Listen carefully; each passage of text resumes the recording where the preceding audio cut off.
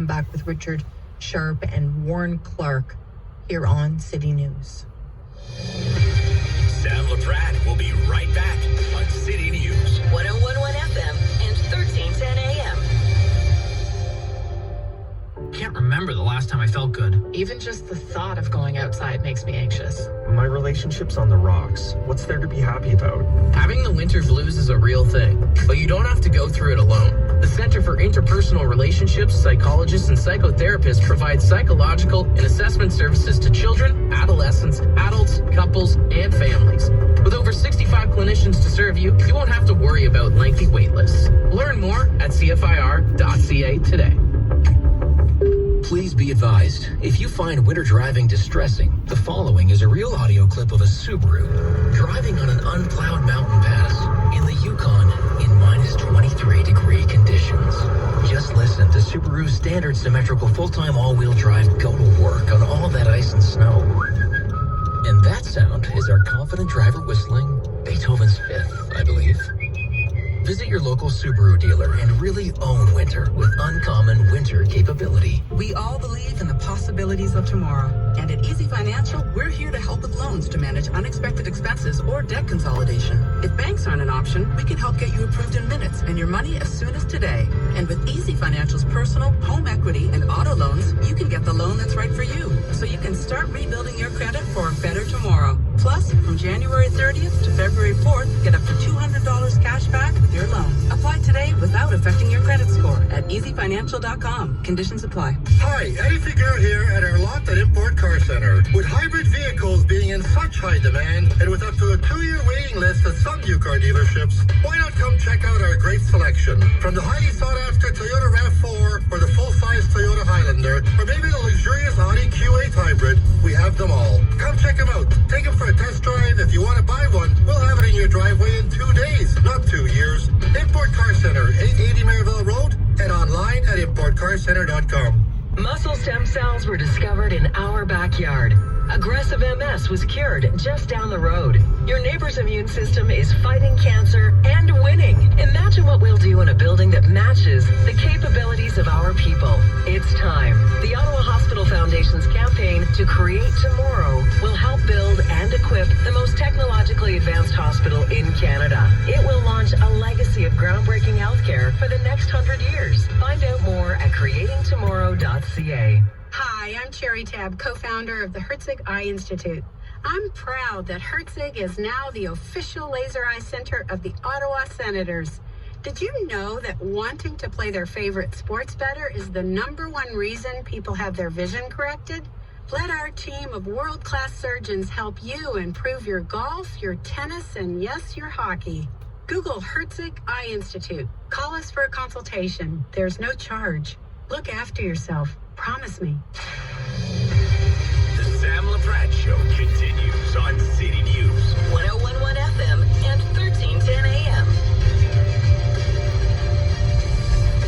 And we're back on City News. It's lunchtime. We invite a number of people to come and have lunch with us. Today we invited Richard Sharp, Director of Black Equity Branch, Centre for People, Culture and Talent at the Treasury Board Secretariat of Ontario. Thank you, Richard, for joining us. And we brought Warren Clark to have lunch with us as well, founder of the Afro-Caribbean Mentorship Program at Carleton University and assistant professor at the University of Manitoba. We were having a very important conversation in regards to the tragic death of Tyree Nichols, who we know he's being laid to rest today.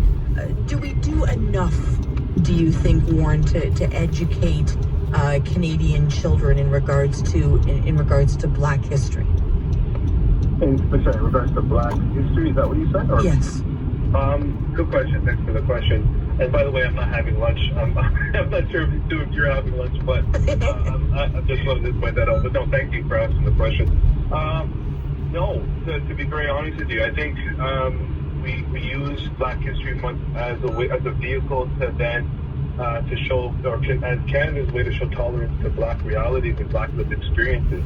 You know, Blackness itself is so, and I say this with the intention of doing no harm, is very complex. You know, Blackness, it situates itself on an intersectional reality because we all live different, particularly those who are in the Afro-Caribbean Black, ways of living.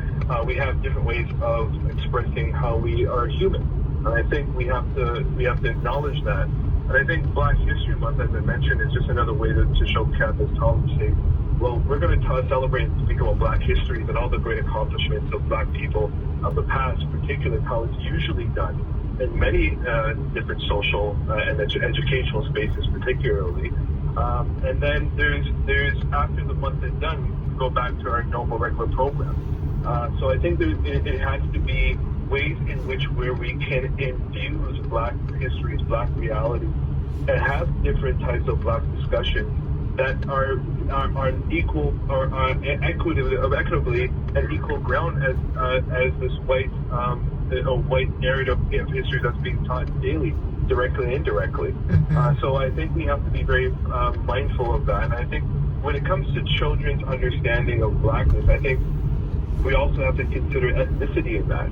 I'll never forget the moment where I met a Ottawa resident where I had a good conversation. One of my programs, a barbershop talk, Black Men's Misconception. And one of the questions asked of that group was, how do people understand or describe their Blackness?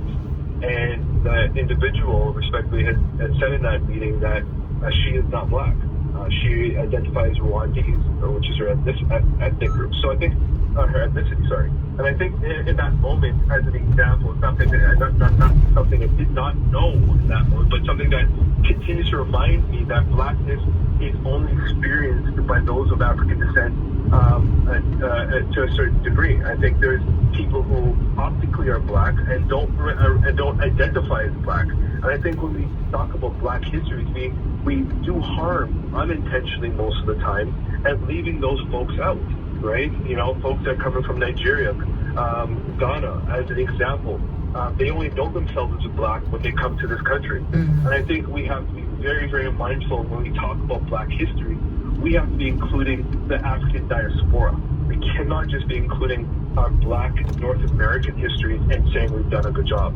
And that's putting myself, and I won't speak for anybody else, but putting myself to continue to remind myself of that, of the realities of what Blackness is and what Blackness is not, particularly in our African descent, Afro-Caribbean Black acronym I like to use to try to avoid homogenizing people of African descent, because we do that, and I'll lean into Richard, your example respectfully, and I appreciate your way in which you demonstrate your knowledge there. But I will say, as a Black man, I have privilege, right? And a lot of the work that I do with young Black men are from marginalized communities in Toronto, Montreal, and Ottawa. And one of the things that's different between